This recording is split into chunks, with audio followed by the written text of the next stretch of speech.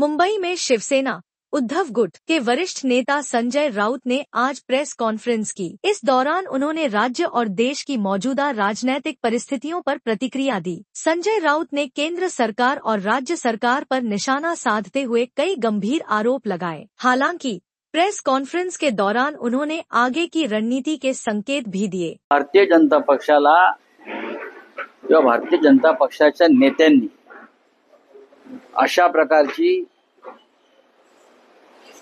देशद्रोही विधानं किती केली तरी त्यांना ती भोवत नाहीत। हा विजय शहा नावाचा जो माणूस आहे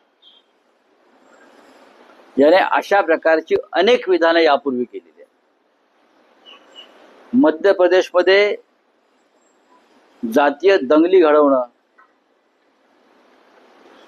हिंदू मुसलमानामध्ये भांडणं लावणं, अशा प्रकारची टोकाची विधानं करणं यासाठी विजय शहा खूप प्रसिद्ध आहे।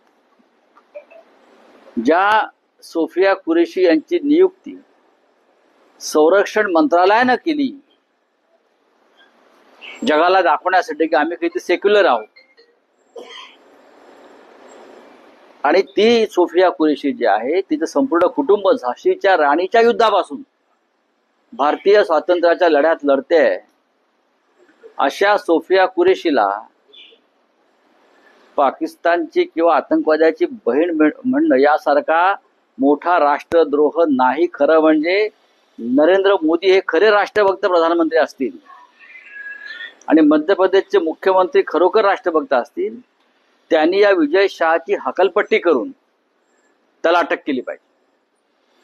राष्ट्रद्रोहाच्या फालतू गुन्ह्याखाली अनेकांना अटका झाल्या मधल्या काळामध्ये। मग हा विजय शहा तुमचा मोदींचा जावई लागतो का? काय आहे? हायकोर्टाने त्याच्याविरुद्ध गुन्हा दाखल केला। हायकोर्टाने त्याच्याविरुद्ध गुन्हा दाखल करून सुद्धा हा माणूस मंत्रिमंडळात कसा? याच माणसानं शिवराज सिंग चौहान यांच्या पत्नीविरुद्ध सुद्धा अशा प्रकारचे अपशब्द काढले होते, माहितीये का तुम्हाला?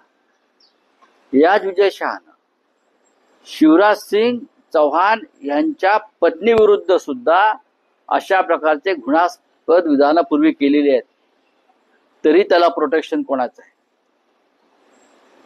आणि आज त्याने सोफिया कुरेशी विरुद्ध, म्हणजे अख्खा देश ज्या सोफिया कुरेशीला मानवंदना देतोय, हा की एक लढवई महिला आपल्या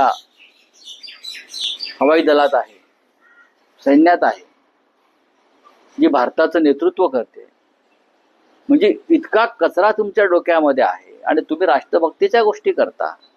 विजय शहाला ताबडतोब बरखास्त केलं पाहिजे, आणि नुसतं बरखास्त नाही, त्याच्यावर गुन्हा दाखल झालाय, त्याला अटक केली पाहिजे, आणि त्याची त्यांच्या पक्षातून सुद्धा हकलपट्टी केली पाहिजे।